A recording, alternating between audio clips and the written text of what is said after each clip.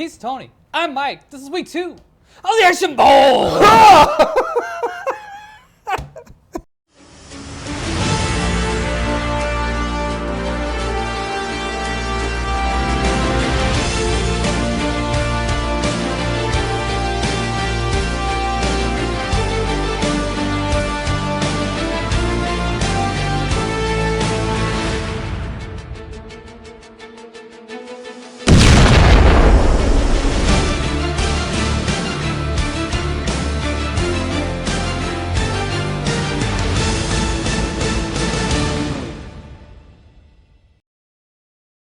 Week 2 of the Action Bowl, we see Milla Jovovich square off against Tony Jaa, an action star who I know you weren't actually familiar with. No, not at all. I'm still not very familiar with, because really, let's just get into it. Let's talk about Skin Trade first. All right, let's talk about Skin Trade. Skin Trade is really more of a Dolph Lundgren vehicle than it is a Tony Jaa vehicle. Yeah.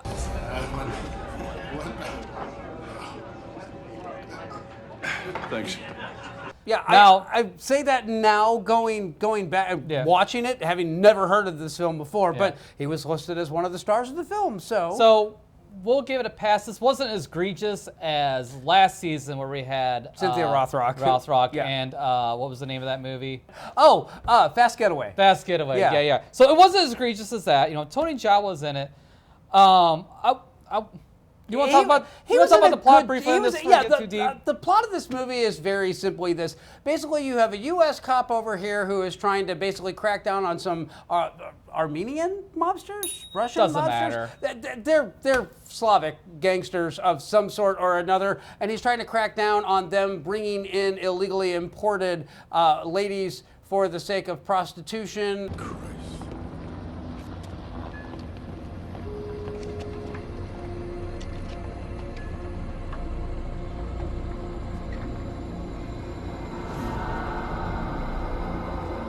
And then flip to the other side of the world where you have Tony Jaa, and he is in Cambodia or Thailand. I don't remember which. It's one of those two, but he is on the opposite end, but he's doing the exact same thing where he's basically trying to crack down on the people that are kidnapping or abducting or buying girls. Bring out the merchandise.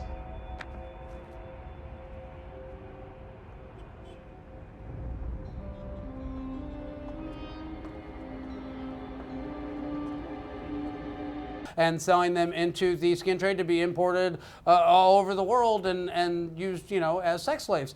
I'm gonna say this: is it a smart movie? Yes. Is it? No. And I'm gonna. But that doesn't mean that it is a good script. so it tries to be smart. It does try to be smart. But I will also say Dolph Lundgren co-wrote this script. so I think that kind of plays into it in that they're trying to address a serious subject matter, but they're trying to shoehorn it into a action film package to make it kind of palatable. And while it does have some really well done scenes, it doesn't ring true. It doesn't.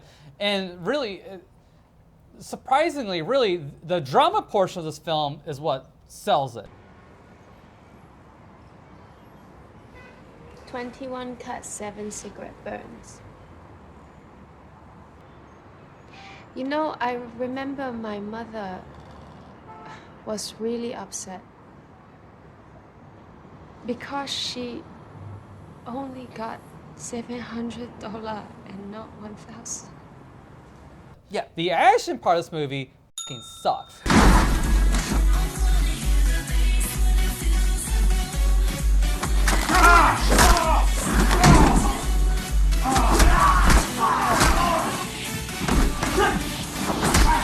No, don't get me wrong. There's some well choreographed things, but the editing of it and some of the choices that they make are just really weird.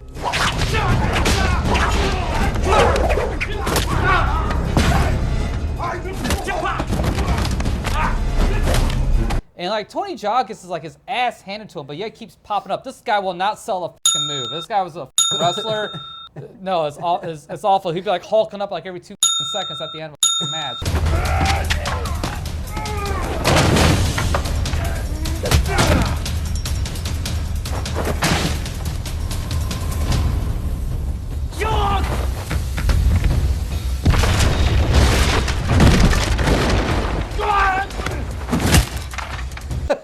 like seriously, like he gets his ass kicked by these big guys, but yeah, he'll come back. Yeah. And win. It's like, you know, I get it. You know, it's supposed to be kind of believable, but there's smarter ways to show you get your ass kicked and come back, and creatively come back at the end. No, he just keeps taking on the chin, keeps taking it, and it's like he's hardly tired at all. Yeah, he should really learn how to block. Number one. Number two, I will say this: the choreography itself, the aerial portion of it, the kicks, the hits, all that. Yeah, it's it good. looks brutal. It looks brutal. But when Dolph Lundgren gets involved in anything, it's very obvious that the man is pushing 60 or in his 60s at this point, and they just have to edit around the fact that he can't move very fast. Is he a big guy? Yeah. Is he jacked? Absolutely. Can he sell a punch? Not on your life.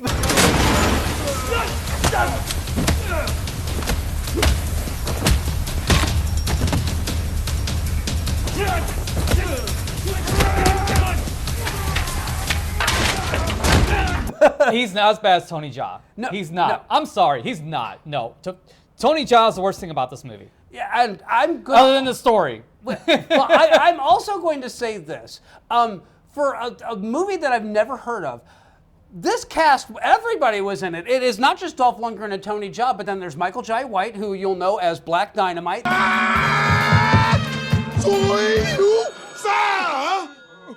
Who the hell is interrupting my kung fu? There is Peter Oh, Weller. Peter Weller. Peter Weller was in this as well. In this country, it's over 2,000 cases, and I consider every single one of those a goddamn tragedy.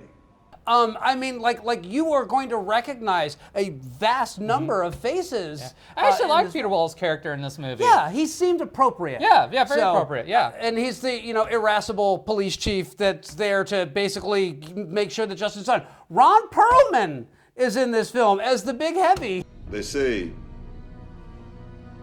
our genes are what make us immortal, that our children will carry on our names, our legacy. He is... I'm not going to say it's his strongest performance No, it's not ever, a strong but I performance. will say this: I'll Ron say this. Perlman still demands a paycheck. So Does he? Yeah, he kind Does of he in this one? No. I mean, just, like if you're getting Ron Perlman to be in your film, you're going to have to pay for it. He's not like a has-been that washes up every once in a while. No, he's not. But you would think that by watching him in this movie. This performance is very lackluster in this movie. He can only work with the material he's given. That's all I'm going to say in his defense. So. Well, that's the difference between a good actor and a great actor. A great actor can elevate this shit, and he did not at any point try to elevate this in any way, shape, or form. I don't know that there was any way to elevate it because the villain There's in this always film, a way to elevate the shit you're given. The villain in this film is so one note. And like it boils down to like one bit of dialogue, and it's like, how can you do this? How can you sell these people and destroy their lives? Like, How can you do this? Buy and sell human lives. Ask my customers. When they stop buying, I stop selling. and it's like, really? That's your big character arc. That's your big reveal. He is not. He does not come off as a convincing threat. No, and not at that's all. the whole thing about a great action film and just a great movie. If you're going to have a villain, make your villain believable. Make your villain somewhat relatable. I'm not saying you gotta like him, but you know what? You should be able to at least go, yeah, I kind of see where he's coming from. This movie lacks that in spades. The other thing too is like there's, other than the people that are in it, like the girls, like you feel there's some stakes for them, but like for everybody else, you don't really give a shit about. Like, cause like, oh, we gotta go save fucking our bastard son / brother, family member. Yes. And at the end of the day, don't give two fucks about him when it comes down to it. So it's like, then why'd you even build that up? Oh, we gotta go there and protect the family. You didn't give two fucks about this dude. You're not wrong. You're not wrong. It's a shit script. It's a decent story, but it's a shit script. It's so poorly written. It deserved, the material deserved a real going over, and it deserved a real polish on this, and it almost feels like they removed chunks of exposition so that they could squeeze in another action scene. Yeah. Speaking of action scene, where I checked on this movie was that bullshit chase scene with Dolph Lundgren on the motorcycle, but yet Tony Jaa is able to keep up with him at every fucking turn.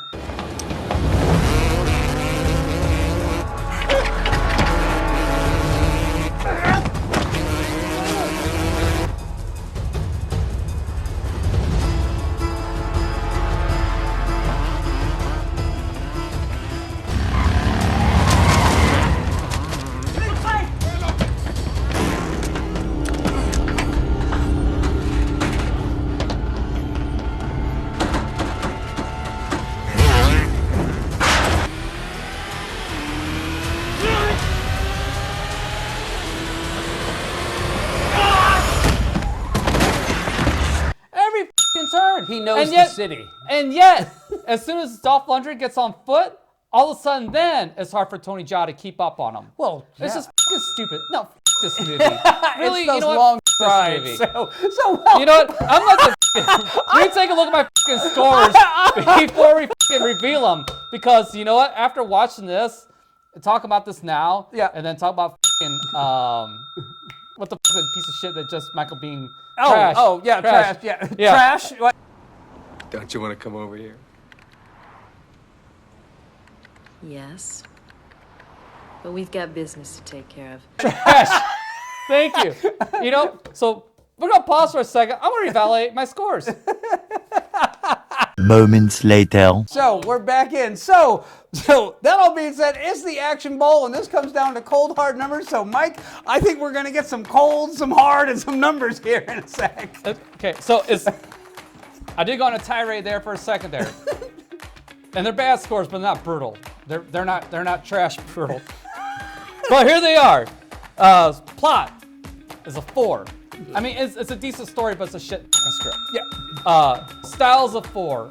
I mean, the choreography is good, and the way stuff is shot is good, but The editing really is robs it of it's piss poor. its impact. And the choices of how these fights are Play out. are terrible. Entertainment, I gave it a 5. I did watch it from beginning to end. Minimal phone distractions. I didn't have to stop it, pause it, come back to it at any point in time. So again, it was a 5. So that's a total of what's that? 13. That's 13 again. I'm going to say that we have a lot more in common than you realize on this one.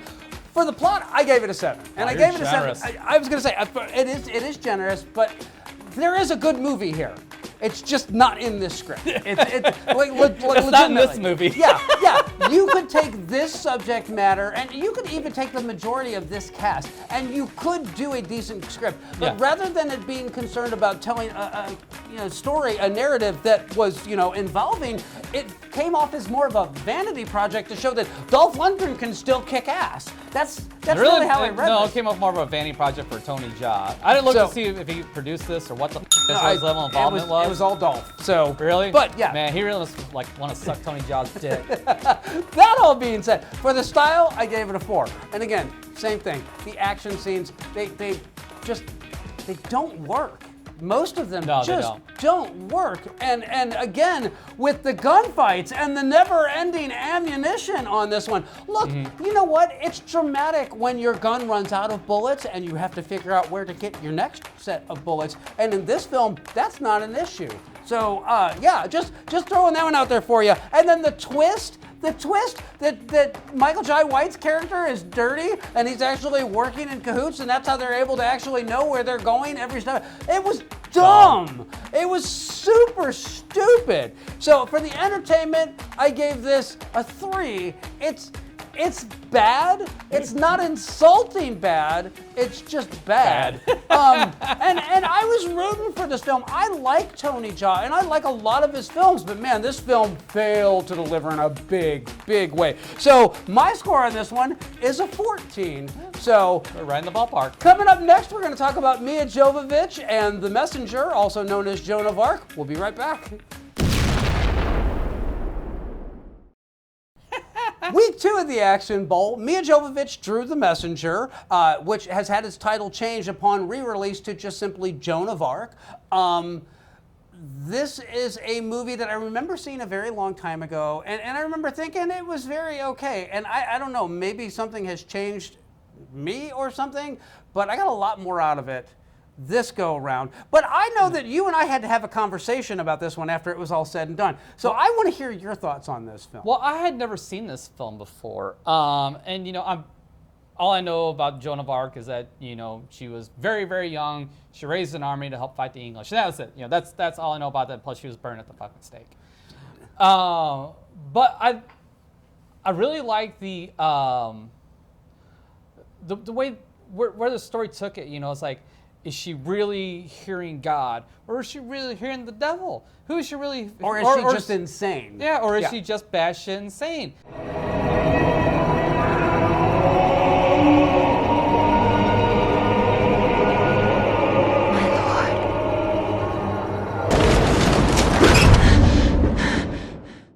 it does a really good job of writing that line. And for me, it's open to interpretation. I think you can interpret any way you really want to do it. I don't know what the director's intent of it was. I think that was exactly his intent, was to actually show it as, you know what? Is she hearing God? Is she being tempted by the devil? Is she just insane? Who are you to even think you can know the difference between good and evil? Are you God? I'm just a messenger. Yeah. You know, and I think that I'm not the biggest Luc Besson fan on the planet, but I'm going to say that he handled this material appropriately. Yeah. Yeah, very much. Milla Jovovich in this movie was outstanding. It sometimes is a little over the top.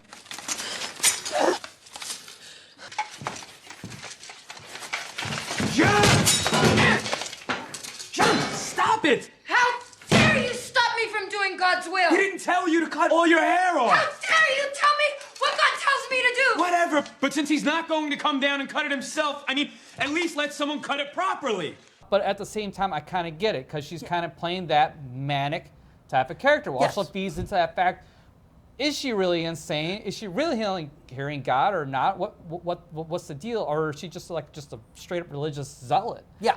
Because even in the very beginning of the movie, mild spoilers and graphic, where her sister gets raped and killed in front of her, and so I think the sister's supposed to be like a nun or something like that. I think she was potentially going to become a nun. Yeah. She was studying too. She was her older sister. That's what we know at that point. And then even before that, she had to go to confession constantly and stuff like that. So she was always like deeply spiritual or religious or something like that. Yeah. So it's like, where did this shit come from? And I love Dustin Hoffman's performance in it. Ah, pleasure. That's a difficult word to define. When does the pain end and the pleasure begin? When did your pleasure begin with that sword in your hand? He does a great job of portraying whatever it is he was trying to portray. Doubt. I'm just going to say that he portrays doubt because he's not quite, he doesn't come off as evil. He doesn't come off as benevolent or malevolent. So that all being said, I think that it was actually just her sense of doubt. It was her questioning herself through all that, as portrayed by Dustin Hoffman. And I'm going to say this right now. This movie, seriously, proves that Milla Jovovich deserves to be in this competition because the action scenes are outstanding in this film.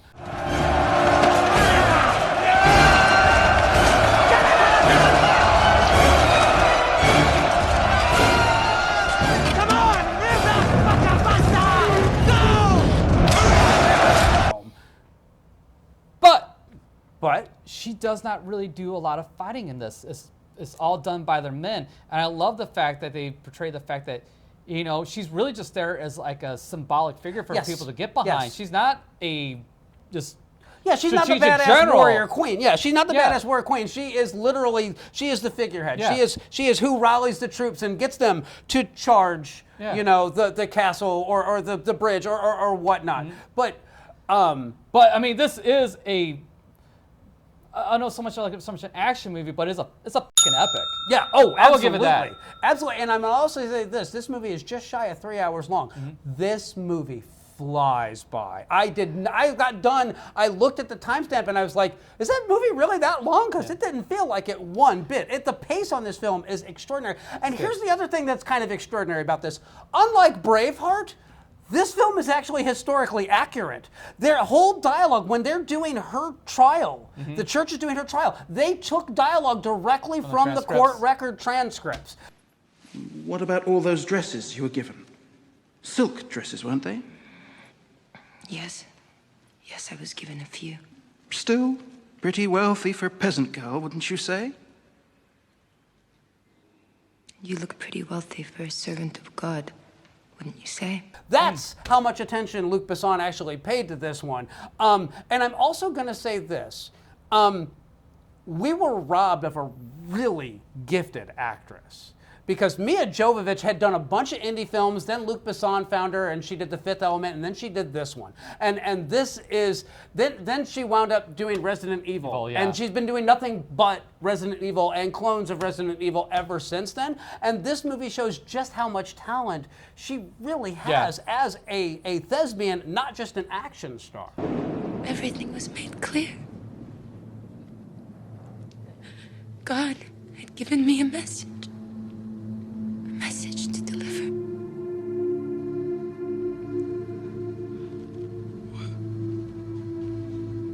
What was the message? Yeah, it changed my opinion of her dramatically. Because I always thought, all she does is Resident Evil and stuff like that, blah, blah, blah, blah, blah. And don't get me wrong, I liked her performing in Fifth Element. But I was like, was that just like a one-off? Because I haven't really seen her really act in anything since until this movie. So, Milla Jovovich, man, I'm sorry, babe. I had no doubt. I was the one that really wanted you in this competition, and I'm going to be honest. I love your good movies. I love your bad movies. So I'm biased at all. But I have not seen this film since probably it came out. And I remember at the time Braveheart was like all the rage, so every studio had to like do their own thing. So it made sense that this movie but made.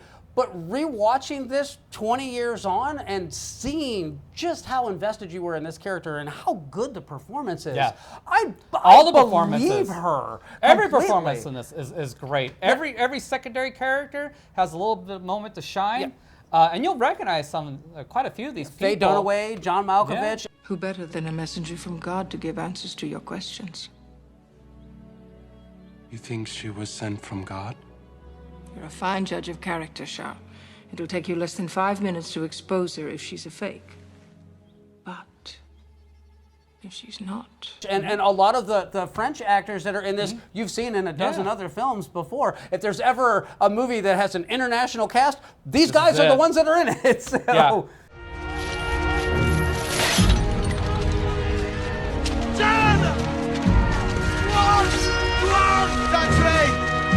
morning. Good morning. This one. Yeah.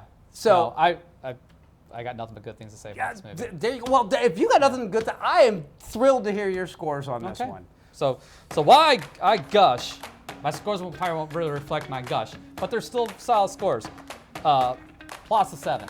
I mean, again, you're retelling, an existing story. So there's nothing really original going on here, but it's solid. Style is a 7. You've seen a bazillion action movies, epics like this, so it doesn't really transcend anything or it's nothing groundbreaking, but it's rock solid. So it's a 7. Entertainment, it's a heavy movie. Yes, it's a heavy it is absolutely a heavy movie. And it's a long movie. While it doesn't feel 3 hours, it does feel long. And it's not an up ending. No, it is a historically accurate ending. But it's very, very engaging. So for that, I gave it a 7. Total 21 for me. All right. Well, being a Milla Jovovich fan, I was a little bit more generous with my scores, and I'm going to tell you that this made me fall in love with this movie all over again. For the plot, I gave it a 9. And I gave it a 9 because you could write this movie off as just an action film. Again, William Wallace is to Braveheart to history. No, these three things do not belong in the same sentence. This, however, this kills it. And it did all this great stuff, and it was able to do it in a historically accurate way, but also in a way that's relatable. It didn't feel stodgy. It didn't feel like, oh, well, we have to treat this like it's a grand opera. It felt, in the parts that it needed to, it felt like an action film. It felt like a real hardcore action film, too. Oh, there is brutality in this movie. Oh, there's a lot. There's limbs lost. There's blood. It's brutal. Yeah. Brutal. And for the style, I gave it an 8 because the action scenes in this film, leave everything else out, the performances, all that. If you just focus on the action sequences in this film, they're amazing. They're expensive. There was no corners cut on this one when you see them storm the bridge with the platform turned backwards. Yeah, and they're all like, what the hell? What the hell are you doing? What the hell? Does she even know how to use that thing? And then you see what's going on. It's such a great revelation. And again, expertly handled, perfectly done. And for the entertainment, I gave it an 8. It is a heavy movie. It is not one you're gonna walk away cheering from, but damn, when you get done with it, it's gonna stick in your head for a good number of days afterward. So my total score on this one, I gave this one a 25. So So we will do our score recap, determine who our winner and loser is, and we will be right back. Week 2 of the Action Bowl, Milla Jovovich versus Tony Jaa. For Skin Trade, you scored it a 13. I'm sorry, 13, yeah. Yeah, I scored it a 14, so that gives us an average of 13.5. And then for Milla Jovovich, the messenger, you scored it a 21, I scored it a 25. That gives us an average of 23. So Milla Jovovich moves on, and Tony Jaa, it's the Action Bowl shame, is more of a nay. Week 3 of the Action Bowl has Jason Statham going up against Nicolas Cage. I will be drawing for Jason Statham because we share the same hairline. And I'll be drawing for Nicolas Cage because we don't, but it's close enough. So we have Cage first here. Let's see what we got. We have Ghost Rider.